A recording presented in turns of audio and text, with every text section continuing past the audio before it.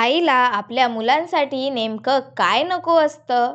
मुलांचे आरोग्य चांगले असावे, त्याला आयुष्यात कोणतीही अडचण येऊ नये, त्याने शिकावे, प्रगती करावी आणि आयुष्यात खूप मोठे व्हावे. प्रत्येक आईची हीच इच्छा असते. आणि म्हणूनच पुत्रदा एकादशी हा दिवस मुलांच्या सुखसमृद्धीसाठी आणि संततीसाठी सुखासाठी विशेष मानला जातो. या दिवशी आईने कोणतीही मोठी पूजा किंवा कठीण विधी करण्याची गरज नाही. फक्त काही सोपे उपाय श्रद्धेने केले तरी भगवान श्रीहरी विष्णूंची कृपा प्राप्त होते, असे सांगितले जाते. पण पुत्रदा एकादशीच्या दिवशी आईने मुलांसाठी नेमकं काय करायचे हे जाणून घेण्याआधी या दिवसाची तिथी बघूया. यंदा श्रावण पुत्रदा एकादशी 23 आणि 24 या 2 दिवसांमध्ये विभागून आली आहे. आता काही ठिकाणी या दोन्ही तारखा आपल्याला बघायला मिळतात. मात्र स्मार्त पद्धतीनुसार गृहस्थांसाठी 23 ऑगस्ट रोजी म्हणजे रविवारी हा उपवासाचा दिवस मानला जातोय आणि ही एकादशी तिथी 23 ऑगस्टला मध्यरात्री 2 वाजता सुरू होऊन 24 ऑगस्टला पहाटे 4:18 समाप्त होणार आहे. त्यामुळे 23 ऑगस्टला उपवास करून 24 ऑगस्टला पारण करण्याची पद्धत सांगितली जात आहे. आता 24 ऑगस्टला पारणाची वेळ ही दुपारी 1:41 पासून 4:16 पर्यंत असल्याचे सांगितले जाते. मात्र पारणाची अचूक वेळ स्थानिक सूर्योदय आणि आपल्या पंचांगानुसार आपण तपासू शकता. आता आईने मुलांसाठी या दिवशी नेमके काय करावे? तर पुत्रदा एकादशीच्या दिवशी सकाळी लवकर उठून स्नान करावे, स्वच्छ वस्त्र परिधान करावीत आणि घरातील देवघराची स्वच्छता करून पूजेला सुरुवात करावी. भगवान श्रीहरी विष्णूंच्या मूर्तीसमोर दिवा लावावा. शक्य असेल तर पिवळी फुले अर्पण करावी आणि सर्वात महत्त्वाचे म्हणजे तुळशीचे पान भगवान श्रीहरी विष्णूंना अर्पण करावे. कारण भगवान श्रीहरी विष्णूंच्या पूजेमध्ये तुळशीला विशेष महत्त्व आहे. आता मुलांच्या नावाचे एक छोटीशी प्रार्थना आपण यावेळी करू शकता. प्रत्येक आईने आपल्या मुलांसाठी मुलांचे नाव घेऊन मनापासून ही प्रार्थना करावी. यासाठी कोणतेही मोठे मंत्र किंवा कठीण शब्द लक्षात ठेवण्याची गरज नाही.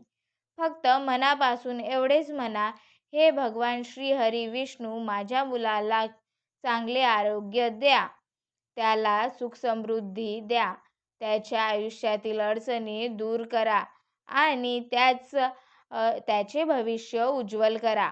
बस देवापुढे मनापासून केलेली ही प्रार्थना सगळ्यात महत्त्वाची आहे. आपण यावेळी ओम नमो भगवते वासुदेवाय नमः या किंवा कृष्णाय वासुदेवाय हरे परमात्मने प्रणतक्लेशनाशाय गोविंदाय नमो नमः असा मंत्र जप करू शकता. आता भगवान श्रीहरी विष्णूंना तुळशीचे पान अर्पण करावे. आपल्याकडे 11 किंवा 21 तुळशीची पान असतील तर तीही अर्पण करू शकता.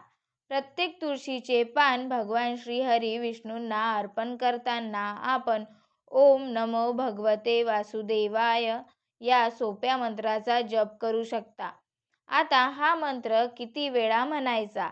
तर आपल्याकडे वेळ असेल तर 108 वेळा या मंत्राचा या दिवशी आवर्जून जप करावा. पण एवढा वेळ नसेल तरी काही हरकत नाही. मन शांत ठेवून काही वेळ हा मंत्र म्हटला तरी श्रद्धेने जप करता येतो. आता या दिवशी भगवान श्रीहरी विष्णूंसमोर तुपाचा दिवा लावण्याची धार्मिक मान्यता आहे. जसे दिवा लावताना आपल्या मुलांचा विचार करावा. मुले लहान असतील तर त्यांच्या आरोग्यासाठी प्रार्थना करावी.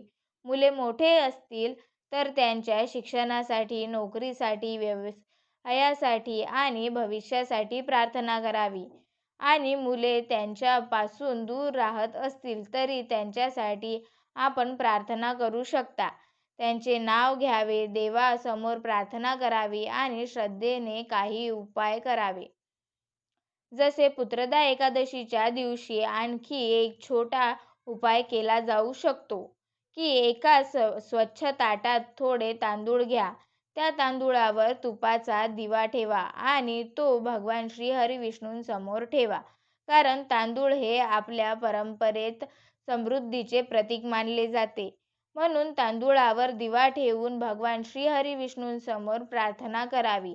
अनेक भागांमध्ये ही प्रथा ही आहे. दिवा लावताना एवढेच म्हणावे की हे श्रीहरी, माझ्या घरात सुख, शांती आणि समृद्धी राहू दे. माझ्या मुलांच्या आयुष्यात यश आणि आनंद राहू दे. बघा, हे साधे सोपे उपाय आहेत. फक्त श्रद्धेने करायचे आहेत. शिवाय या दिवशी संध्याकाळी घरातील तुळशीसमोर तुपाचा दिवा लावावा. तुळशीला आपल्या धार्मिक परंपरेत खूप पवित्र मानले जाते. तुळशीसमोर दिवा लावून काही क्षण शांत उभे राहावे आणि आपल्या मुलांसाठी मनापासून प्रार्थना करावी. म्हणावे, माझ्या मुलांवर नेहमी देवाची कृपा राहू दे. एवढी छोटी प्रार्थना सुद्धा आपल्या मुलांसाठी पुरेशी आहे. आणखी एक खूप सुंदर उपाय आहे. जर तुमचे मूल तुमच्या सोबत असेल तर पूजा झाल्यानंतर त्यांच्या डोक्यावर हात ठेवा, कपाळाला अक्षदा लावा आणि मनापासून आशीर्वाद द्या की तुझे आरोग्य चांगले राहू दे, तुला आयुष्यात भरभरून यश मिळो आणि तुझे भविष्य उज्ज्वल हो, असे म्हणावे. कारण आईच्या आशीर्वादात खूप मोठी ताकद असते. अशीच आपली संस्कृती श्रद्धा आहे. आता संतती प्राप्तीसाठी सुद्धा या दिवशी उपाय केले जाऊ शकतात. या दिवशी संपूर्ण सविस्तर माहिती तुम्हाला आमच्या पुढच्या व्हिडिओमध्ये पाहायला मिळेलच. तरीही काही जोडप्यांना संतती प्राप्तीची इच्छा असेल तर त्यांनी काय करावे? तर त्यांनी सुद्धा या दिवशी भगवान श्रीहरी विष्णूंची मनोभावे पूजा करावी, तुळशीपत्र अर्पण करावे आणि ओम नमो भगवते वासुदेवाय या मंत्राचा जप करावा आणि भगवान श्रीहरी विष्णूंसमोर संतती सुखासाठी मनापासून प्रार्थना करावी.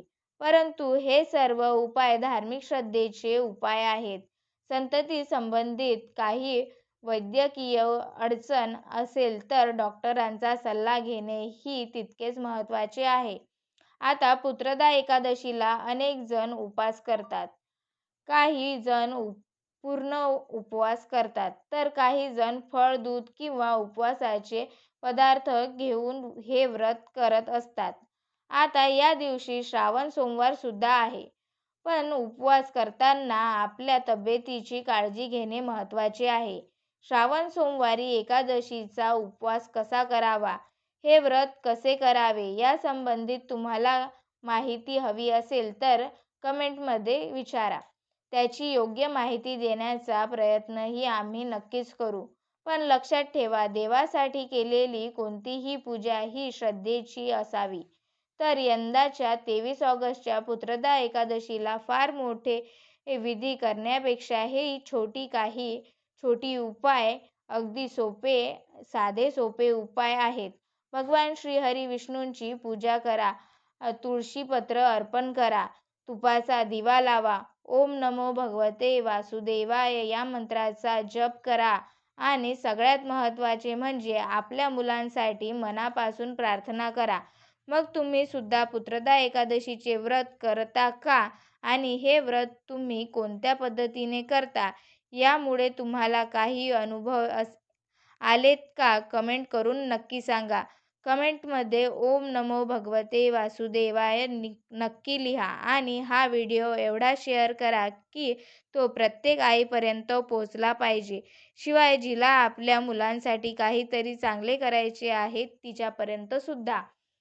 धन्यवाद आणि आमच्या चॅनलला लाईक आणि सबस्क्राईब करायला विसरू नका.